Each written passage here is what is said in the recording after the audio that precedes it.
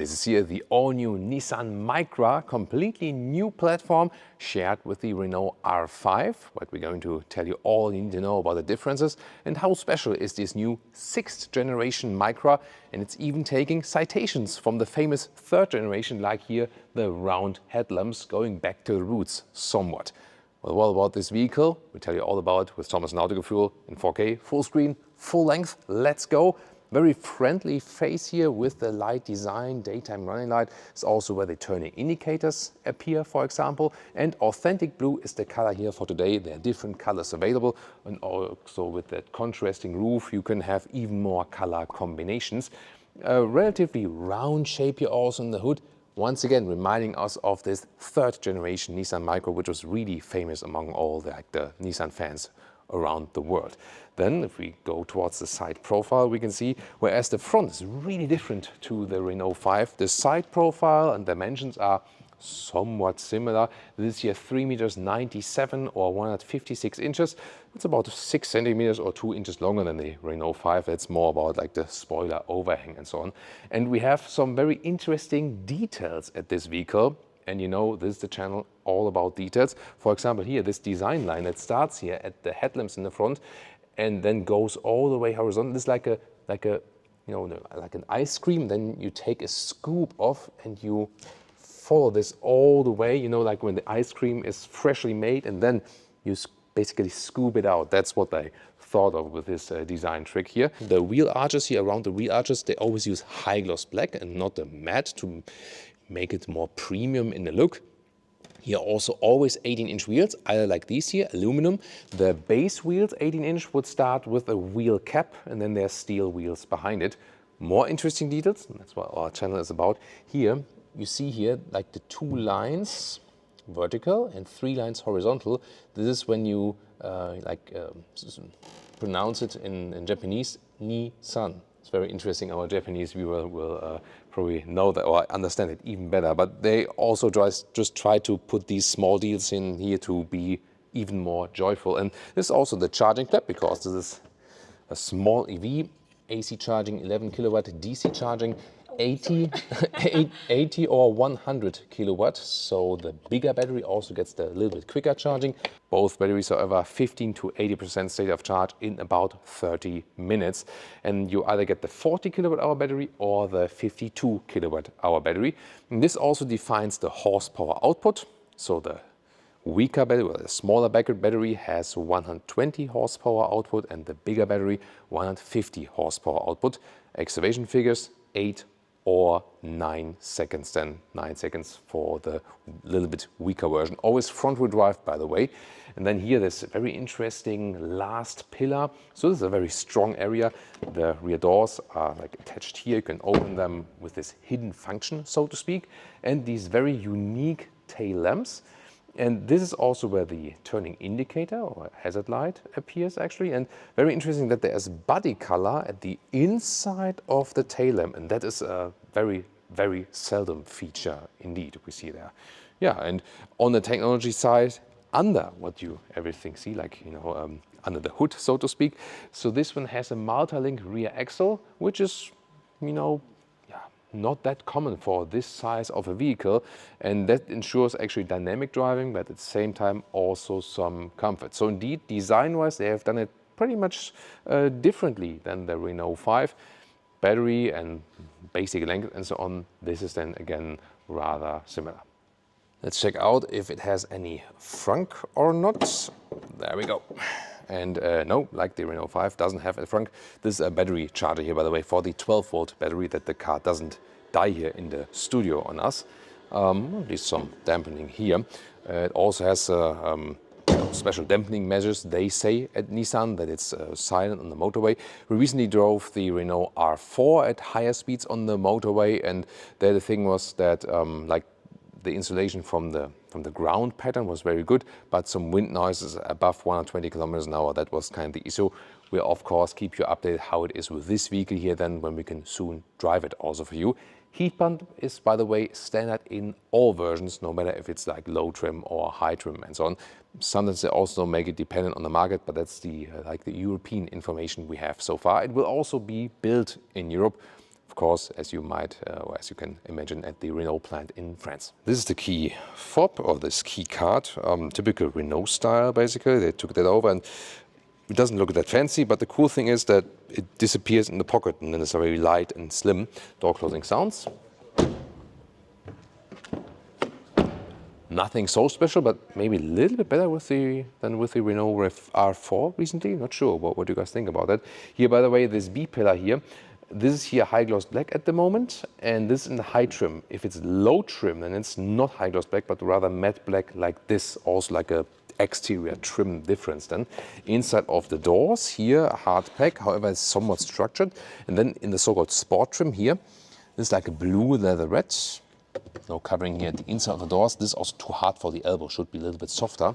And then interesting for the interior here, flat bottom steering wheel, perforation here. This is an animal-free material, but feels really high class, good build quality. Real buttons at the steering wheel, left side cruise control, right side to control something of the digital instruments. Drive mode selector, this is very interesting. And I actually noted down these figures exactly because in the eco mode, you have a 67 HP limit and a 110 km/h speed limit. So only the eco mode really reduces the power significantly and also the top speed. Now talking about like the high trim version, whereas then you have the full 150 horsepower in the sport mode, but also in the normal comfort mode. Just that you don't wonder, because recently I drove the R4, I was switching to the eco mode, then we went uphill and I was like, there's nothing happening. I was pushing it through like, why doesn't it drive uphill? So really significantly reducing the power for the best like efficiency, but most of the time you probably drive it in the comfort mode then, and sometimes if you really want to like let hell loose, then in the sport mode. Just that you know that sometimes with the vehicles, these driving modes, just Leah, don't fall down this stair. Oh, this looks really dangerous. So sometimes these driving modes only affect like throttle input or something, but here it really then affects also the horsepower output. Very good to know. Also good to know, here to deactivate assistance systems, here on the left side, you press this button twice, and then you have like this My Personal mode, and you set your assistance systems to your preference. So most of the assistance systems are mandatory by law meanwhile, and the warnings and so on. But then you can say, for example, hey, I don't want this speed chime when I drive 1 km/h too fast, or maybe the lane keeping assist. If you don't like that, put it in the My Personal mode, and then it's always activated when you press it twice, press once and then confirm. And then you just start the vehicle, because also again by law, it has to be loaded up like this at each start, but then you can easily deactivate it before you start driving. It's actually a cool choice. Then the seat here, very voluminous, sporty here, the side bolsters. It looks pretty cool. This then here in the sport trim, blue leatherette with some fabric in the mix actually. This is easy to wipe clean. If you have kids, maybe they spill something. Yet again, the other options will be more breathable because they have fabric. We could get one look at the blue fabric interior. This is the so-called comfort interior, which is looking pretty nice, similar to the one of the R5. And then there's also the Zen interior, which is a white fabric. And these are more breathable than in summertime, the fabric interiors. And I'm really in love with the Zen interior actually, because it's pretty cool styling and brings more brightness to the interior, I feel. The general ergonomic is actually quite good. So that's nice. Just for tall people, you have some limitations. For example, you can see here, my shoulders are higher than the seats. That's why I'm 1.89 meters, 6'2". If you don't have so long legs, then it will be easier for you, because also when the door is closed, here, the space I have between the steering column and the inside of the door is limited. Same goes for the right knee between the middle console and the steering column. So with long legs, not optimal, so to speak. And importantly also, you will get the E-pedal. So here you have different recuperation modes that change also in the right lower part than here. And then you can press one more time to go to the E-pedal mode. And this is then a true one-pedal driving. Welcome to this cockpit in here with interesting stylings. And here you also have the leatherette with a soft bolstering on the dashboard, otherwise than the fabric in the other two trims. And really interesting is that here, this is really soft and nice when you push it. And I wonder, why is it softer on the dashboard than for your elbows, left and also right in the middle console? This should be a little bit softer than for driving and and stuff like this. Maybe here then when you hit it with the head or something. Nah, this is the airbag, then yeah, that's where the airbag is for. And here also some ambient lighting, and it also switches according to the different driving modes. For example, then it switches also the color here, for example, in the eco mode, or then here in the sport mode. Interesting, green sport mode. Yeah, but here, for example, but you can also individually set it. Why not? So this cockpit is also, once again, similar to the Renault one with 10-inch infotainment and 10-inch instrument. But they don't make this step because Renault starts with 7-inch instruments on the left. Here is always 10-inch on the left overall. And then here also interesting how the shifting lever here, like the automatic shifting lever, this was at Renault like inspired from like a lipstick case cover, but here they kept it all black, for example, to maybe like say like, hi, we don't want this scheme or something like that. So a little bit more subtle, but a lot of stalks here, wipers, indicators, and then here also for the volume behind the steering wheel, for example. Then let's check out the glove box. Is also nicely dampened, and it's actually very spacious. Doesn't look like that, but it is actually quite spacious.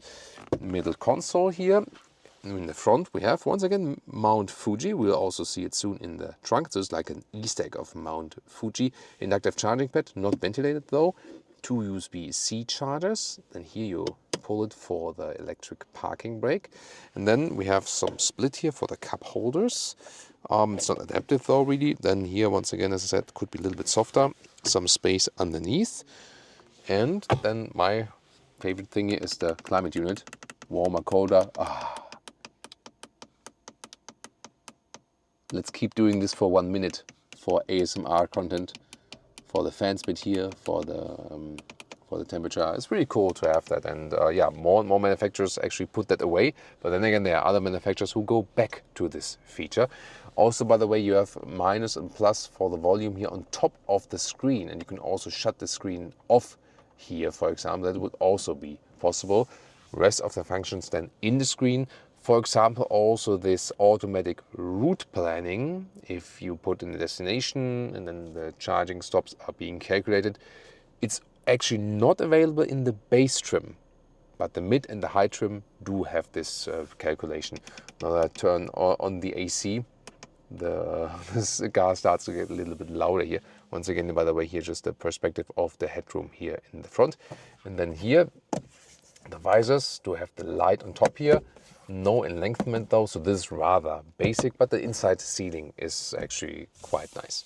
And the driver POV with the buttons at the steering wheel, they also have a good feedback they give you. And then the digital instruments, you can see the speed there and changing the stylings. It takes a while that it does the desired changes. And here you can also change the layout, for example here to these round gauges somewhat. It's pretty cool. There we go. And then there's also a map view available. And then here in the infotainment system, for example here I did this route like Barcelona area to Madrid, and then it's also calculating here for example 3 charging stops and automatically calculates that. So that's interesting to know. And then we have here different car functions, for example.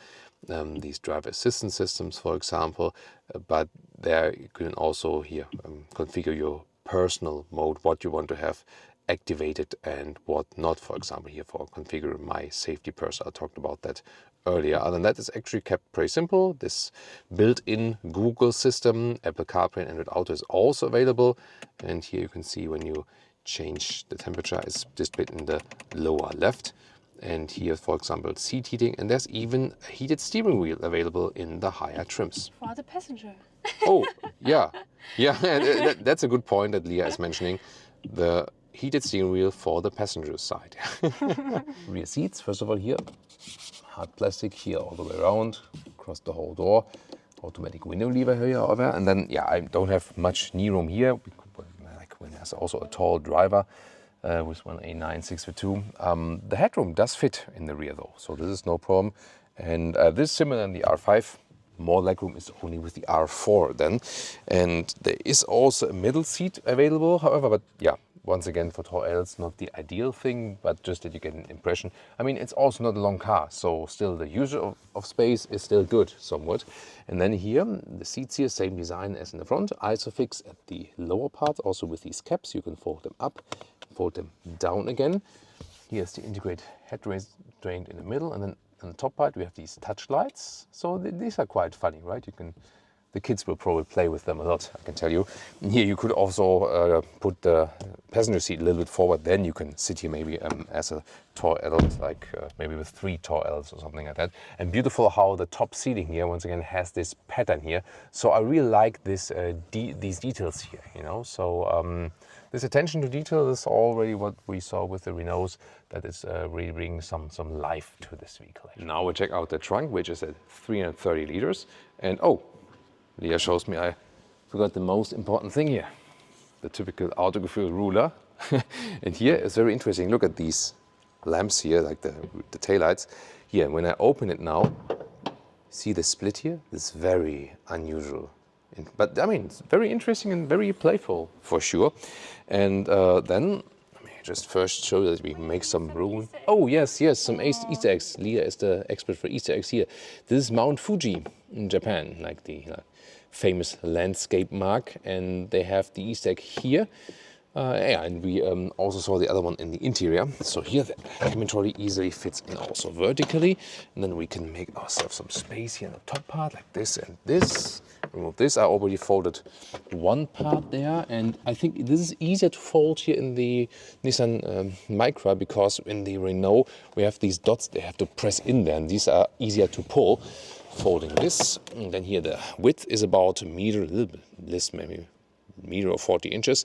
The normal length here of the trunk is here about, it's like almost 60 centimeters, 23 inches. And then the height here at about, it's about 80 centimeters or 32 inches. And the length to the front seats here, about 53 inches. Or 1 meter 35. This front seat here cannot be folded forward flat like we've seen with the R4 recently. So this is also then a difference. And here underneath is also interesting. We have some little storage here.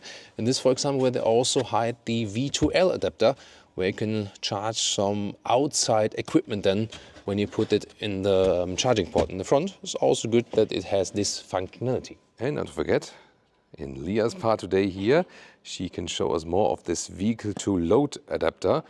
Here it's actually very easily done.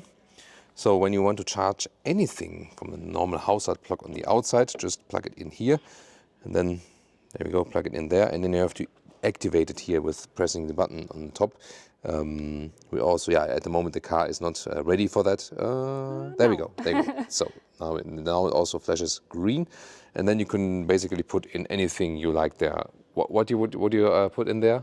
You know what? She would put in like a Dyson hairdryer, of course, yeah. Top speed, by the way, is 150 kilometers an hour, or about just over 90 miles per hour.